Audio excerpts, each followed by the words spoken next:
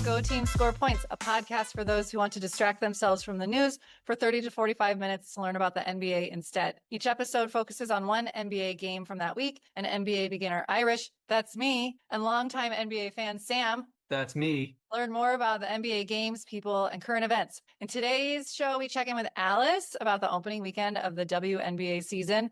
And then we talk about the Oklahoma City Nuggets game 7 in the playoffs. So sad. It's our saddest episode yet. It's so sad for so many reasons. It's so sad. Okay. So I think we got to talk about current events, which is all pretty sad before we talk about the game. Yeah. It's all sad. It's our saddest episode yet. I'm so sad. I'm so sad about Tatum. Sorry. I know. It's real. I know. It's affecting me in my days, you know? Okay, I don't know, but I'm sorry. I mean, we were talking about it. He's just the only complaints about him are that he's boring, which that's such a great complaint. All he does is play basketball really well. He cares so much. He works so hard. And it just feels wildly unfair that this happened to him. I think it's the end of an era. The Celtics cannot afford to keep this team together. It feels to me like they might be okay next year. The East is going to be terrible again. They might be able to win a playoff series maybe without him if they keep everyone, but they're not going to compete for a championship. And it feels more and more likely to me that the only move forward for them is to trade Jaylen Brown. Why? Just because of money. He's making a ridiculous amount of money. He's got a torn meniscus right now. He played the playoffs with a torn meniscus. Some people come back from leg injuries fine. He might be next year. He'll be 29. The year after that, he'll be 30, which is the first year that they'll be good again. It feels to me very obvious that the smart move for them would be to shed as much salary as they could next year to get out of this repeater tax territory. I don't know. I'm in a bad spot, but I feel Jaylen Brown's best days are behind him. I feel he's not going to be the same player again. And I feel by the end of this 4-year contract, they're going to be boy, we're spending a lot of money on this guy who's not worth a max contract. The smart things for the Celtics to do would be to get rid of as much salary as they could, which means all these really fun players from this championship team last year. And then I think that the NBA really screwed up in this second apron idea where teams are punished for carrying salaries for a long time. I don't like the product when star players are just okay, I'm going to go to this team now and I'm going to go to this team now. But a big part of the fun of rooting for teams is watching players develop together. The Celtics made a choice to keep those two guys together, Brown and Tatum, for 8 years. Yeah. And there's all kinds of chatter about can they play together? Is this the right fit? Will they ever actually win? And then finally last year it happened. I guess what I wish is that if it was for players that you draft, I wish that it didn't count so heavily against the salary cap. So are they going to get rid of Jaylen Brown because without Tatum is what's happening? Well, now that our best player is gone, we might as well just scrap it. It's more that their payroll next year is going to be above $500 million if they keep everyone that they have right now. And it was going to be that way before. Why are they concerned now? Do they not make as much money with Tatum out for the year? They definitely will not make as much money with Tatum out for the year. But it's more that I think the playoffs are a big generator of money. And you think they can't do it? They cannot reach the playoffs without that one guy. They might make the playoffs in the East, maybe. Yeah, that one guy. They maybe might make the playoffs in the East, but there's no chance they win, get to the finals or they're not a championship level team without him. But they were going to have to do some stuff anyway this summer. Whether Tatum was healthy next year or not, these new owners they're not interested in paying $500 million and breaking even on this product next year. The way the NBA is set up now, it makes a lot of sense to have your salary dip every 3 or 4 years so you don't have to pay what's called this repeater tax, which is basically if your salary is above a certain threshold every year, then you have to pay a penalty for that. Because they don't want anybody to be too good? The spoken reason was that they want small market teams to have a chance to compete too. Okay. The reality of it is it's less money going to players. What is considered a small market team? Oklahoma City Thunder. For sure. For sure. And they've been really smart. Oklahoma City's been really smart, with trades and drafting their own players and salaries and stuff like that. And even they, in the next couple of years, Shea is going to be up for a max contract soon. They've got this guy, Chet Holmgren, who's really young and is going to be his contract's going to come up again. They've got another guy, Jalen Williams, who needs to get paid. They teams aren't going to be able to keep these guys together. I suppose if you're the Wizards or Charlotte or whatever, these really good players are coming available because teams can't keep them. There's an opportunity for your team to be good and exciting. That's the upside of this. To me, the downside is the long-term experience of being a fan of a team. Yeah. You can't win all the time. I know you thought that you could and that would happen. Okay. I know you're teasing me, but I deserve to win all the time. No, I'm just kidding. I know you do. The problem is that the Celtics were really smart in building this team. They made like great choices a decade ago that set them up for this. They signed Derek White, who like wasn't Derek White yet, but they saw that he could be good. They signed Porzingis when Porzingis was like questionable, and last year Porzingis was amazing for them. They drafted Brown, they drafted Tatum, so like they've built this team smartly, and now they need to take it apart. I think that's good for current events. Well, the draft. Let's talk about the draft. The draft. The whole time we were wondering, what are we missing Oh. about this Luka Doncic trade? What are we missing? The conspiracy theory is that Adam Silver, who sometimes I call Adam Scott, Sure. Yeah. promised the Mavs Cooper Flagg because the NBA needs a new face of the NBA. They want that person in LA and they want it to be Doncic. This is a conspiracy theory, but for weeks we've been like, what do we not know? Yeah. This fits all together. Now, if you talk to someone who knows more about the NBA than I do, they might say something like, there's no way that someone that high up that they would have that big of a cover up. But I think I mean, honestly, like the argument against it is that it's too obvious, right? There wasn't even like a year gap. It was like, right. I was like, all right, in a few months, we'll give you the biggest prize coming out of college basketball. Right. If you get rid of, It's the only thing that makes sense with the timing, because why else would they have traded Doncic for nothing? I mean, not Right. nothing. Right. Anthony Davis is something. Do you want to hear about the game I watched? Tell me about the game. I said that for this week, I was going to watch game 7 of the Nuggets, Oklahoma City Thunder. And I was super excited to watch it because the Nuggets were doing great. Has that happened before? Had you been excited to watch a game before? Well, I watched the playoff game. I had fun watching. Right. And so then I was looking forward to this playoff game. I looked at the score as soon as I woke up and was like, oh my gosh, it's the game today. The big day. I'll check the score. Yeah. By the time I checked it, it was over. Yeah. And it was such a bad score. Yeah. I mean, they lost by like 30 points. Yeah. It was so bad. It was one of those hard to do math scores. You're like, whoa, how many to subtract the tens place? That's crazy. Right? So I was like, okay, but I'm going to watch it because I said I would. Yeah. Okay, this is Mike Breen, Doris Burke, and Richard Jefferson. We're back. You know, I like that team. I do.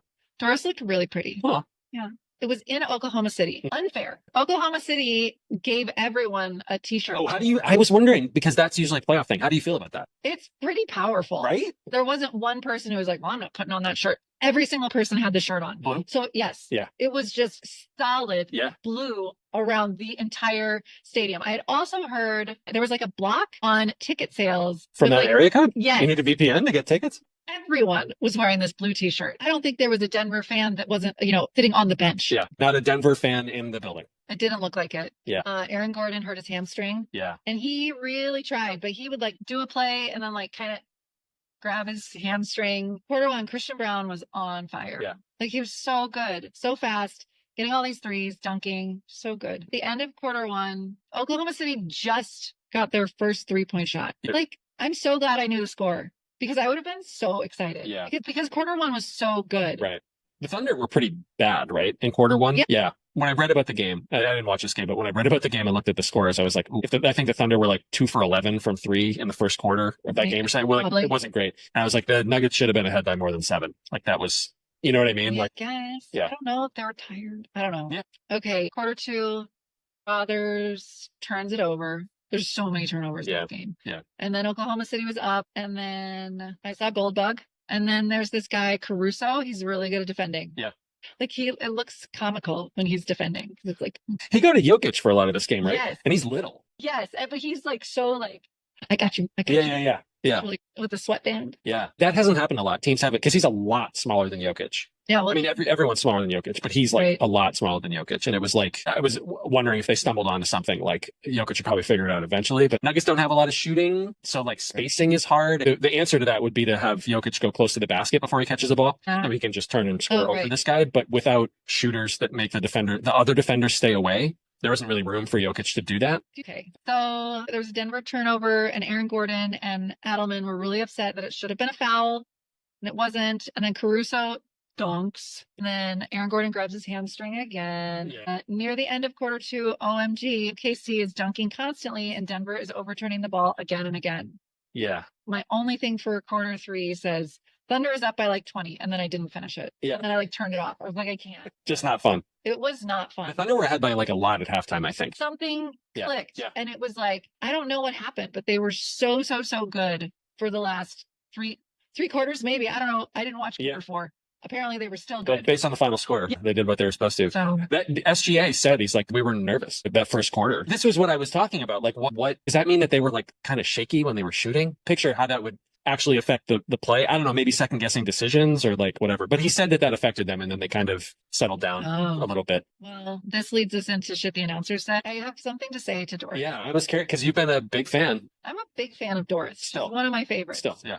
But I need to address something that she said that I am really kind of annoyed about. This must have been like quarter 3 or quarter 2. To me, the pace of these two teams is distinctly different. You've got a young, hungry, fast, relentless OKC team that pressures and pressures and pressures. Doris, this was game 7. If they are so distinctly different, then Oklahoma City would have won in 4. Fair. Yes, fair. Yeah. Do you want the counter or no? What's the counter? But that she's talking about pace, not talking about like overall quality or effectiveness. It was the pace in the games. Like the Nuggets. Like a team that plays at a slower pace, just meaning that they don't push the ball up the court so fast, which the Nuggets shouldn't. They have the best decision maker, one of the best 5 decision makers ever to play basketball. Like, they should let their offense get set and let him make decisions. The Thunder don't have that. They have a bunch of young, really, really athletic players who should run up the court as fast as they can. It could be said that all she's contrasting is like their styles. She wasn't saying that they're better. She was just saying, I've noticed this. But in the context of this game, it may have felt a little bit like... Because we were losing. Yeah. The thing that may be true about what she said is over the course of 7 games, for the Nuggets, who were a little bit injured, they had a 7-game first-round series. Yeah. Thunder had a 4-game first-round series. By the time the 7th game came, the Nuggets may have been tired. They were, because they had just come off a 7 game. Right. And the Thunder less so. The Thunder play more people every game, so all of them play less minutes, right? And Jokic might have played more than 40 minutes a few times, and no one on the Thunder ever does that. Not that it wasn't a little salt in the wound feeling, but she may have just been contrasting like the rate at which they want to get the ball at the court. Okay, maybe my feedback should be like, not now, Forrest. Yeah. Too soon. Too soon. That's hard. I'm sorry. That's hard. It's not fun when your team does that. I know. Yeah. Should we play a game? Are we ready for a game? I think so. Okay. Our game. This is which is more likely. Okay. Which is more likely? You go to an NBA game this decade, or the NBA shortens its season. I think I'll go to an NBA game. You really do? How? I don't know. 10 years is a long time. Well, it's only 5 years left in this decade. This decade, not in the next decade. No, this decade. I thought you meant in the next 10 years. Does that change your answer a lot? Well, I mean, there's 82 games. Yeah. Times however many teams. Sure. I don't think it's an issue of like games existing. It's me getting to America? Yeah. I mean, I'll go to America sometime. And choosing to go? You would choose to go? To a game? Yeah. Okay. Okay, which is more likely? Irish becomes a hardcore NBA fan, or the Timberwolves win this championship? Hardcore. Can we dive into that word just a little bit? What will that mean? The people are like, oh, if you want to know something about the NBA, you talk to Irish about it. Okay. She follows all the games. Okay. I bet someone has said that before. No, 0 people have ever said that. You talk to the moms about basketball all the time. I bet one of them has said, I bet Irish knows that. I think you're going to keep learning about the NBA. I think in terms of like a hardcore fan, like you're like living and dying and enjoying it. Yeah. Or the Timberwolves win the championship this year. I think the Timberwolves is more likely. You think so? Yeah. Yeah. Not by a lot though. No. But I don't think they're going to win. I don't think they're going to win this year. Okay. Which is more likely? An actual NBA player appears on this podcast, or the Wizards win a championship this decade in the 2020s. Okay. Does the NBA player have to be a current player, or like current or former player? Can it be someone who's on a team that played 0 minutes? An actual NBA roster, or a person who was on an NBA roster. I think the Wizards have a better chance. Yeah, me too. Me too. Okay. Which is more likely? Sam meets Katie Storm, or Irish meets Devin Booker? I think I meet Katie Storm. I think so too. Devin Booker's too big of a star. Yeah. Not accessible. Sorry. Okay. Which is more likely? The Nuggets announcers adopt from the mountains to the prairies, or the Wizards win an NBA championship this decade? I think that the Nuggets announcers might adopt from the mountains to the prairies. Okay. But I think that if it's Chris Marlowe and Katie Wingy, no. Yeah. But Scott Hastings, he would do it. Okay. Here's my last one. It's a 4-parter. Wow. Which is more likely? The Pacers win the championship, the Knicks win the championship, the Thunder win the championship, or the Timberwolves win the championship? I think it's more likely. I think the Thunders they're going to win it. That's your pick? Me too. Okay, I have an MVP. Oh, good. It's this ref for continuing to do his job when Aaron Gordon looks at him like this. If Aaron Gordon ever looked at me like this, I would do whatever he wanted. That ref could continue to focus? MVP. MVP for me, boring. SGA. It's been so good. Disagree. Okay. Why? It's because they lost. Because I'm real mad at them right now. I get it. Okay, LVP. I put tendons. Yeah. There's clearly a flaw in the design. Good. Because it keeps happening to a lot of players. Good. I'm going to go with every Celtic player who made Jason Tatum play as many minutes as he had to play. Jaylen Brown was hurt, and Porzingis was sick with some virus. Side note, the coach in one of the press conferences after the game was like, I couldn't really breathe. I was like, seems important. Yeah. So this is not normal Porzingis. This is next level. Right. Not able to breathe. Drew Holiday was hurt some in that first round. It's just like the play that he got hurt on, he passed the ball to Jaylen Brown, who just like forgot how to dribble and dribbled it off his foot. And the Knicks guy grabbed it and Tatum went to accelerate and popped his Achilles because Jaylen Brown doesn't know how to dribble. I was like, come on, you guys, do something. But also tendons shouldn't just like malfunction. Shouldn't like just that. pop. I don't know. It's a bummer. It's a bummer. What'd you learn? You learned the disappointment of watching your team lose. I did. That's what I learned. Welcome to the club. I learned like what a bummer it is when your team loses. Yeah. Yeah, that's good. It's not fun. No. It's so fun when they win. Right. It's an investment. Yeah. I'm going to say I relearned that. Yeah, you That's did. hard. Wow, the Celtics, have they ever lost before? This must be new for you. That's what you learned? You learned what it feels like to lose? Yeah. I'm like, oh man, being a normal person sucks. You guys have it rough. It's tough out here. Yeah. Yeah, that's what I learned. Okay. And then most confusing part, just how the Nuggets were, I don't know if it's confusing, but like, it's just such a bummer that they were all so run down. Yeah. Game 7. Sometimes I think we overthink it a little bit. Like if going into that series, most confusing part for me is this collective bargaining agreement or this like hard cap thing. I can't understand what on earth what I can't understand, the players union needs to agree to this. Like what? This is less money for them. This is the owner saying we're not going to pay any more money than this. Like the players was like, yeah, let's do that. It's like a big step backward for player empowerment. Like the reason that Giannis doesn't have a lot of options this summer is because not a lot of teams have the flexibility to have someone that makes that much money on their team. It's like, shouldn't people like Giannis have options? Hasn't he earned that? Yeah. I don't know. Yeah. So that's confusing for me. Thanks. This is our saddest episode yet. Yeah. Well, we're really going out with a whimper. We're not done. Alice is here. Yay. Good news. Alice is here to talk about the WNBA. Alice. Hi. Hey.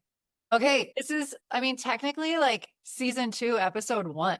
Okay, I want to talk about the Chicago Sky Indiana Fever game and also the controversy that came out of that, which I think there was the scuffle and the discussion about that game. I watched it, and let me tell you some things I noticed. There's 2 announcers, and I thought they were great. Rebecca Lobo and Ryan Rucco, yep. They were really clear and like really good. And I put in my notes here later where like he's telling an anecdote about one of the players and like mid-sentence, he'll throw in some commentary about like what's actually happening and then get right back to his story, which is like something I cannot do. Like that is, he's really good at switching. How do they compare to some of the NBA announcers that you've been listening to this past season? I think they're more clear. These guys had a nice mix of like telling stories or fun facts about the players, but also giving a running commentary on what was actually happening in the game. I thought it was like, they were very like clean. The 2 of them get paired together quite often. I'm sure it depends on like their location too. And also probably depends on which channel they are aired on, I feel like. So there are some games that are aired on ESPN, some on Ion, right? I think there are a lot of factors for. And then there are some announcers that are local, right? Like local to that. Right. But Rebecca Lobo and Ryan Rucco will do all of the, like when we get into the playoffs.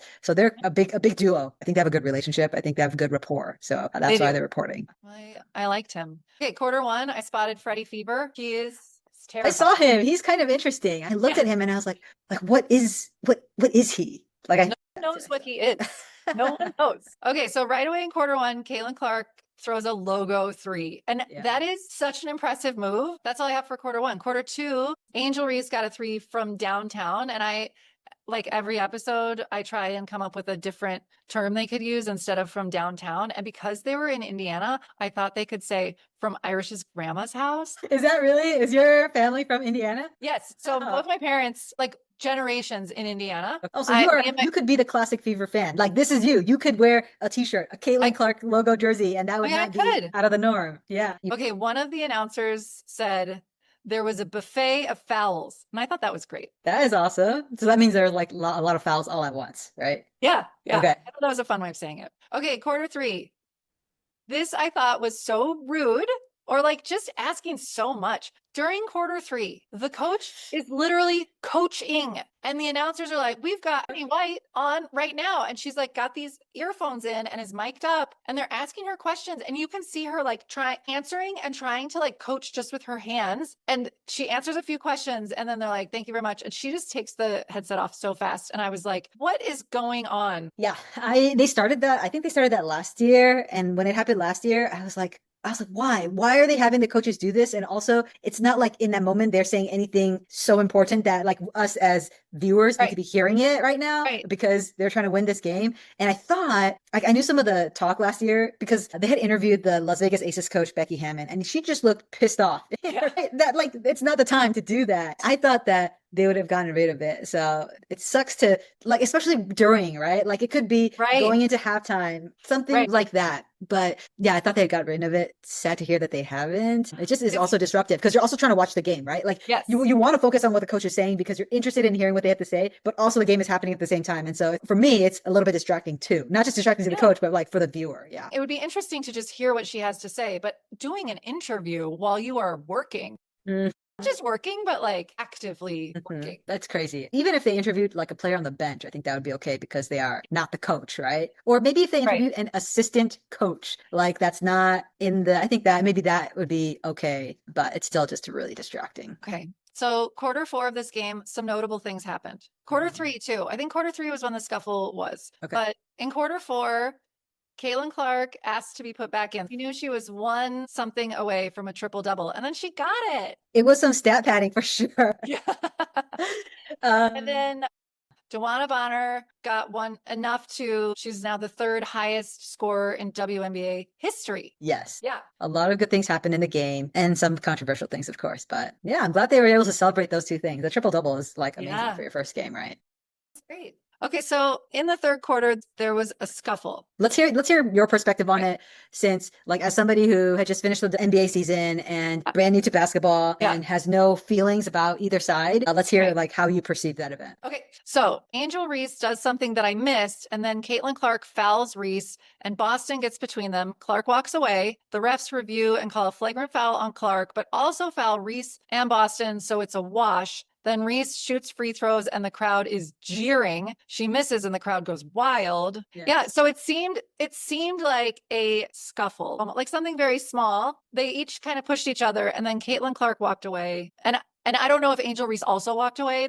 I was just focused on Caitlin Clark. So that's what I noticed. Yes. Okay, great. And then did you give more thought to this, or did you feel like it was a flagrant foul? Like when you saw that foul, I guess? Like it definitely wasn't for basketball. Like Caitlin Clark it was pretty aggressive. She was like grabbing her. Okay. So yes, I think that could have been. Okay. Yeah. So I guess that's what happened. So like in terms of like watching it back and just looking at all the angles of that video, what I saw, right? What I observed was that somebody shot a ball. Yeah. Aaliyah Boston and Angel Reese are there trying to get the rebound. Yeah. Angel Reese pushes Aaliyah Boston. I think it was Aaliyah Boston. Aaliyah Boston, I think it was her, falls onto the ground. Angel Reese gets that rebound, right? Because somebody's on the ground. Caitlin is standing. There's 3 of them there near the basket. Caitlin is one of the people. Caitlin is standing there pointing like this to the refs. Like, do you see that? Did you see what happened? That's and then Angel Reese and then like in the midst of this, she sees that Angel Reese is about to go up for the basket and then fouls her like a take foul. So like one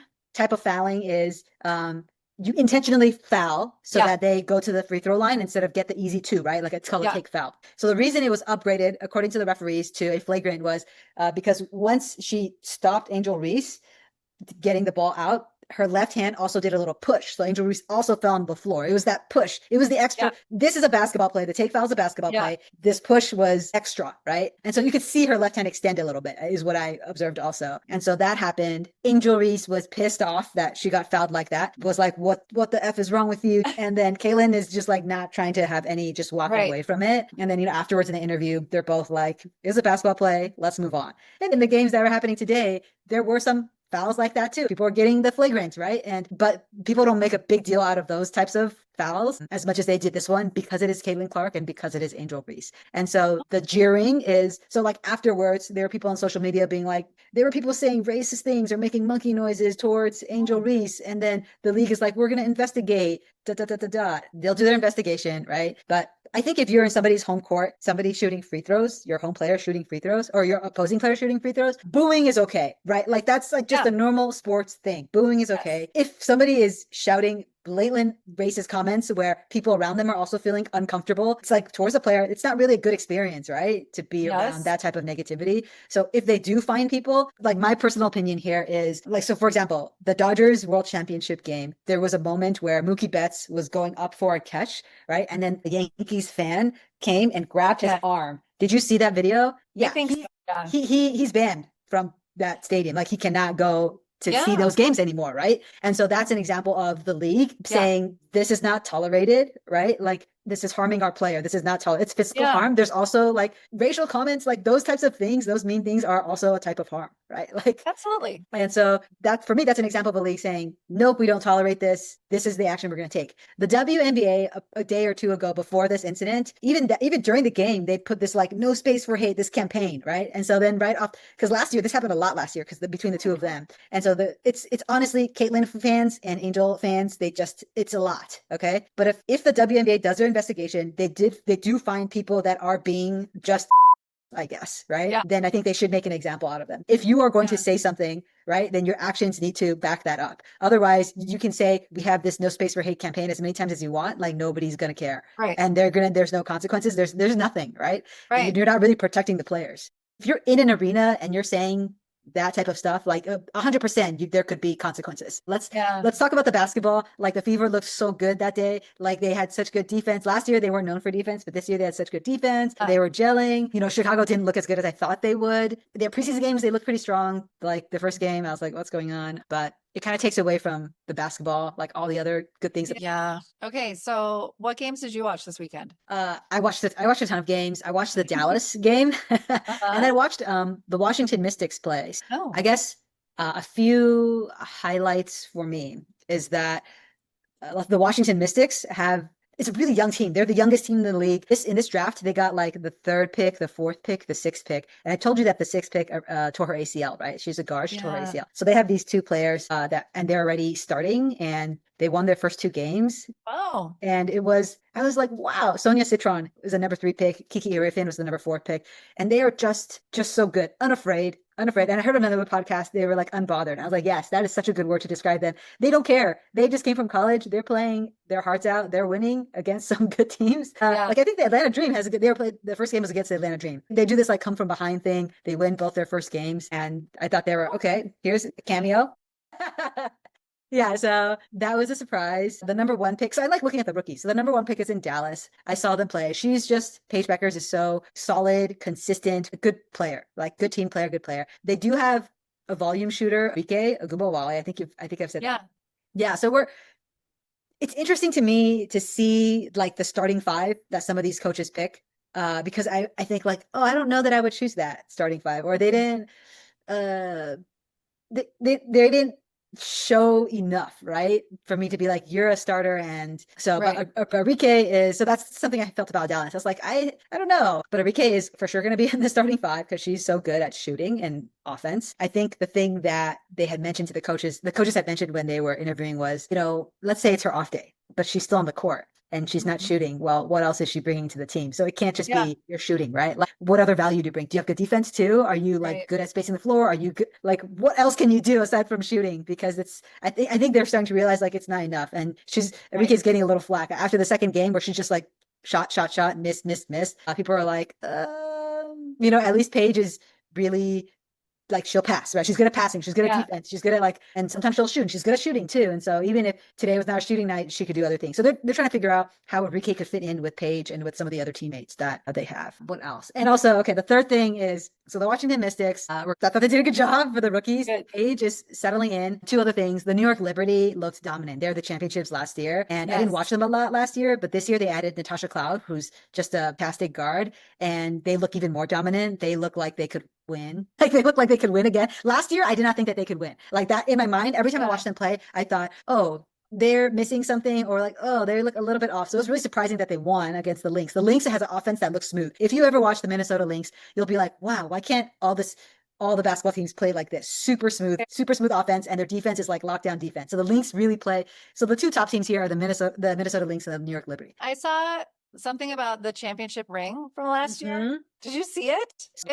It comes apart. So it was designed by two sisters in Brooklyn, and it's like you can open it, and inside there's a set of earrings. It's so cool.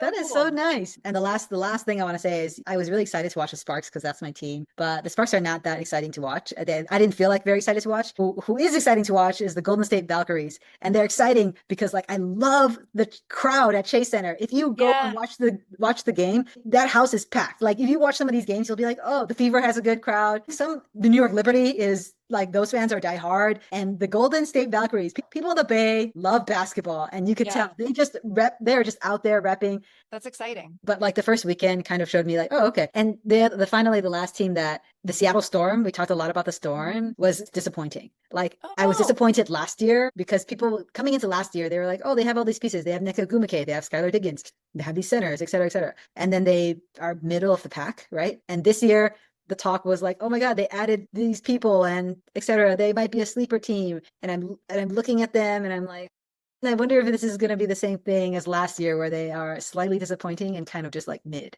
Yeah. Yeah. If you had to pick based on what you saw this weekend, yes, who do you think's going to win the championship? Well, I think it's going to be a toss.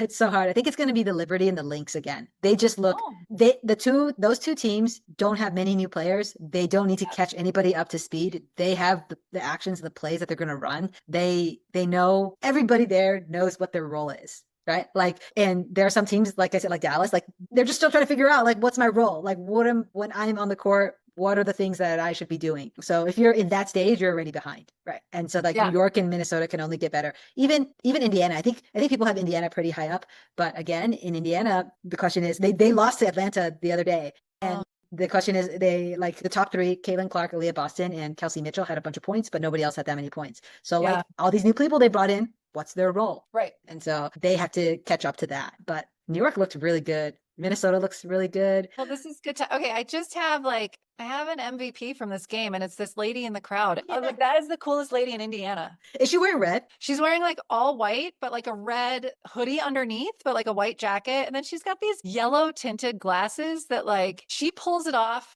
Amazing. And then my LVP was whoever decided to have the coach do an interview while she was coaching. Do you have an MVP from this weekend? Yeah, the Golden State Valkyries fan base is my MVP. I love them. It makes me just want to go support them so badly. The Bay really does show out. I'm so excited that they have a team now. Yeah, that's my MVP. LVP is like if the WNBA, I don't know. Okay, LVP is that I don't have it. I just want to sit and wait to see what happens with the WNBA investigation. Like I'm somebody that likes to follow up, right? Like, so if they feel like they didn't found anything that happened, I'd like them to follow up and be like, we did our investigation, nothing happened, or we did our investigation, something happened, and here's some consequences. Yeah. So I think this is a sit and wait thing, and the reason why it's really close to LVP is because the WNBA, that organization, didn't do anything last year. There was so much hate going around last year, and they didn't do anything, and so it's kind of this like wait and see. Yeah. Okay. I can't wait for us to get deeper into the season. Good work, team. Thanks for joining me. Me too. Okay, I'll see you tomorrow. All right, see ya. Bye. Bye. Thank you for listening to Go Team Score Points. Today's episode was edited by Irish. Information for this episode came from Wikipedia. You can reach us at goteamscorepoints@gmail.com. Next week, we'll be watching more NBA playoff games. And in the WNBA, we'll be watching the Minnesota Lynx play the Connecticut Sun. See you then.